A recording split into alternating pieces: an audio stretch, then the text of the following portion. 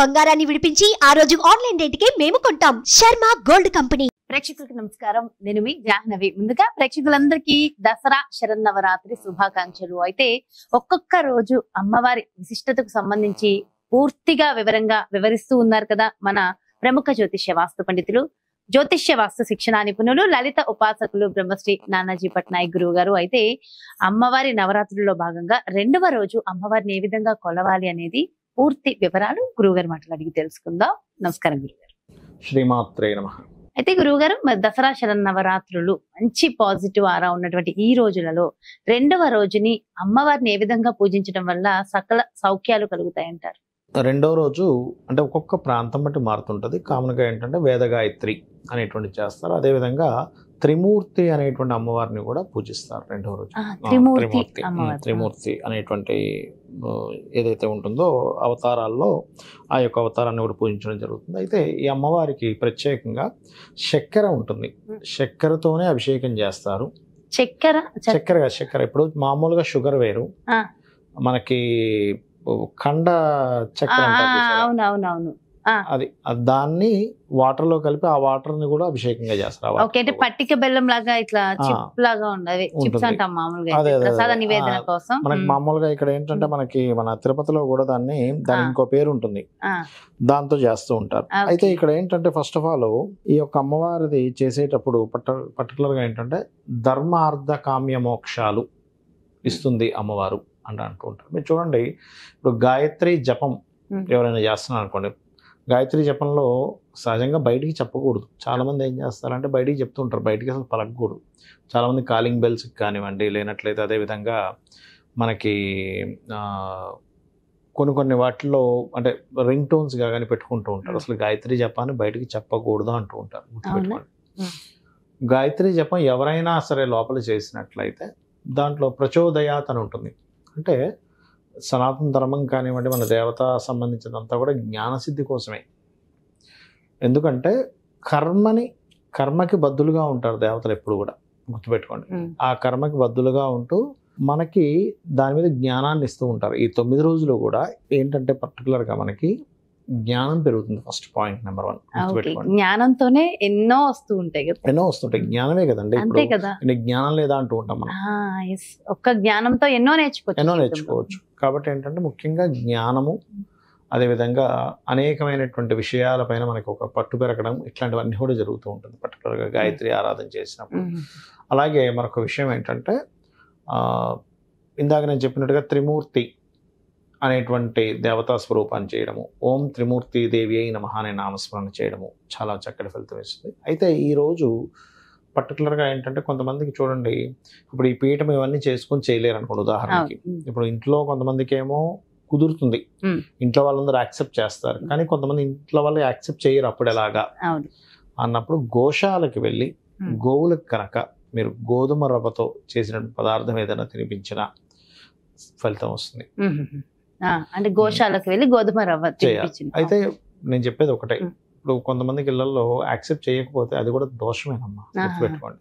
అంటే ఒక స్త్రీమూర్తి ఉంది, ఆవిడకి మాత్రం నవరాత్రులు చేయాలని ఉంటుంది, కానీ ఆవిడ చేసుకుంటుంది ఇవాళ గాయత్రి పెట్టుకుందాము, లేనట్లయితే ఒక త్రిమూర్తి అమ్మవారి మంత్రం అని అనుకుందాము, ఇలా రెండో రోజు కదా నేను ఫలానా తయారు చేసుకుంటాను, అప్పుడు ఇలాంటివి మన ఇంట వంట లేవు, నిత్య ఏమిటి అని అనుకుంటే కనుక అది చాలా పెద్ద దోషం. గుర్తుపెట్టుకోండి, వాళ్ళు చేసుకుని ఇవ్వండి. మీకు ఇంట్రెస్ట్ లేకపోతే మీరు సైలెంట్ గా ఉండండి. అంతే, చేసుకునే ఈ సమస్య నిజంగా చాలా మంది ఇళ్లలో ఉంటుంది. ఆవిడకి చేయాలని ఉంటది, ఇంట్లో అత్తగారు హస్బెండ్ మొత్తానికి ఎవరో ఒకళ్ళు వద్దులే అంటూ ఉంటారు. అవునవును. ఇంకోటి ఏంటంటే దీనికి ఆనవాయితీ అంటూ ఏమైనా ఉండాలంటారా? ఆనవాయితీ ఉండదమ్మా. ఒక విషయం నేను అనేది ఏంటంటే, తల్లి ఎవరికి ఉండదు చెప్పండి ఒకసారి? ప్రతి ప్రాణికి తల్లి ఉంటుంది, అవునా? ఇప్పుడు ప్రతి ప్రాణి తల్లిని గౌరవించాలి, తల్లిని ఆరాధించాలి అనేటువంటిది ఒకటి ఉంది కదా. మరి ఈ విశ్వం మొత్తం ఉంది అంటే ఎలా ఉంది? జగత పితరం వందే పార్వతీ పరమేశ్వరం అంటున్నాం. ఈ గాయత్రీదేవిది అదేవిధంగా ఈ త్రిమూర్తి అమ్మవారి యొక్క ఆరాధన చేస్తే పుత్ర అభివృద్ధి జరుగుతుంది అని శాస్త్రవచనం.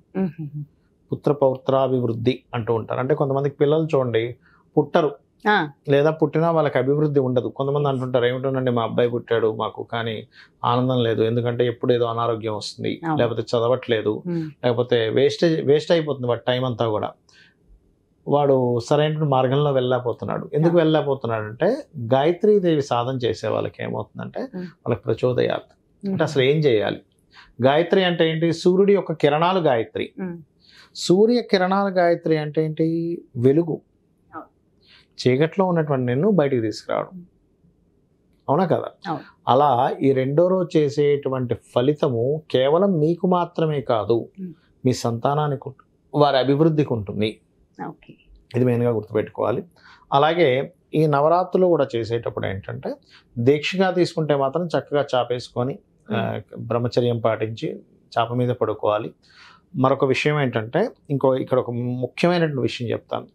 చాలామంది ఏం చేస్తారంటే స్నానం చేస్తారు, రెడీ అవుతారు, మళ్ళీ వెళ్ళి మంచం మీద కూర్చుంటారు. అలా కూర్చున్నారంటే మీరు చేసిన పూజకి వేస్ట్ అయిపోతుంది. మంచం మీద కూర్చోకూడదు. చాలా మంది తెలియక ఏం చేస్తారంటే స్నానం చేస్తారు, ఇంకా పూజ రెడీ అవ్వాలి చేస్తున్నా అని చెప్పని ఇంకా బుక్కని పోయి మంచం మీద కూర్చుంటారు. మళ్ళీ సోఫాలోనే కుర్చీలోనే కూర్చోవచ్చు. ఆ సోఫా కుర్చీల మీద కూర్చోవచ్చు. మంచం మీదకి ఎక్కారు అంటే మీరు మళ్ళీ స్నానం చేసి వస్త్రాలు మార్చుకోవాల్సింది గుర్తుపెట్టుకోండి. చాలా ముఖ్యమైనటువంటి విషయం. అందుకే నేను మా ఇంట్లో కూడా ఇప్పుడు వేరే వాళ్ళకి కూడా తెలిసిన వాళ్ళకి చెప్తున్నామా, మీరు స్నానం చేస్తే పూజ చేసుకున్న తర్వాత మళ్ళీ వెళ్ళండి కావాలంటే. కానీ పూజ చెయ్యకముందు మీరు మంచాన్ని తాకినా అక్కడ కూర్చున్నా అక్కడ కాసేపు పడుకొని రెస్ట్ తీసుకుని వెళ్దామని అనుకున్నారు. అనారోగ్యంతో ఉన్న వాళ్ళు వేరే విషయం. ఇప్పుడు అనారోగ్యంతో ఉంది, వాళ్ళకి పడట్లేదు, ఒకటి కళ్ళు తిరిగాయి, అది సంథింగ్ అనీజీగా అయిపోయింది, అప్పుడు వేరు. కానీ స్నానం చేసి పూజ చేసుకోవాల్సిన వాళ్ళ మంచం కనుక టచ్ చేసి అక్కడ కూర్చొని పడుకున్నట్లయితే మీరు చేసిన పూజ ఫలితం రాదు. ఇలాంటి చిన్న చిన్న విషయాలు తెలియదు చాలా మందికి, అది మెయిన్గా గుర్తుపెట్టుకోవాలి. అలాగే ఈరోజు కొంతమంది చక్కెర పొంగలు కూడా పెడతారు. కాకపోతే నేను మీకు ఇందాక చెప్పినట్టుగా ఆ చక్కెరతో తయారు చేసినటువంటి పదార్థాన్ని కనుక నైవేద్యంగా పెట్టినట్లయితే చాలా చక్కటి ఫలితాలు వస్తాయి వారికి. ముఖ్యంగా పుత్రపౌత్రాభివృద్ధి అంటూ ఉంటారు.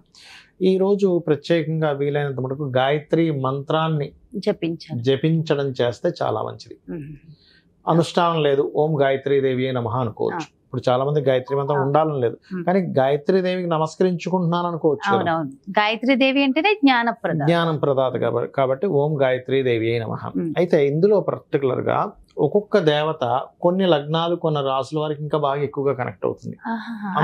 అందులో చూసుకున్నట్లయితే మేషలగ్నం పంచమాధిపతి, సింహలగ్నం లగ్నాధిపతి, ధనులగ్నం భాగ్యాధిపతి, లేదా పంచమంలో ఎవరికైనా రవి ఉన్నాడు అనుకోండి, మీ జన్మజాతకం 12 లగ్నాల్లో ఏదైనా ఒక లగ్నం అయింది, ఆ లగ్నాత్ పంచమాధిపతి వెళ్ళి రవితో కలిసి ఉన్నా లేకపోతే పంచమంలో రవి ఉన్నా మీరు గాయత్రి ఉపాసన ఈ 9 రోజుల పాటు మనకి దసరా దశమి వరకు ఉండేటువంటి రోజులు ఏవైతే ఉన్నాయి, ఇన్ని రోజులు మీరు రోజు కనుక ఓం గాయత్రీదేవి నమః అనుకుంటున్నారు, ఆ రోజు ఆ దేవతను చేస్తారు.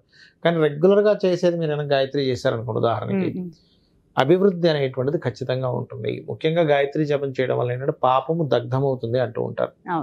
ఏ పూట చేసిన పాపం ఆ పూట దగ్ధం అవుతుంది అంటూ ఉంటారు. గాయత్రి మంత్రము వినడం వల్ల కూడా ఆ ఫలితం ఉంటుందంటారా?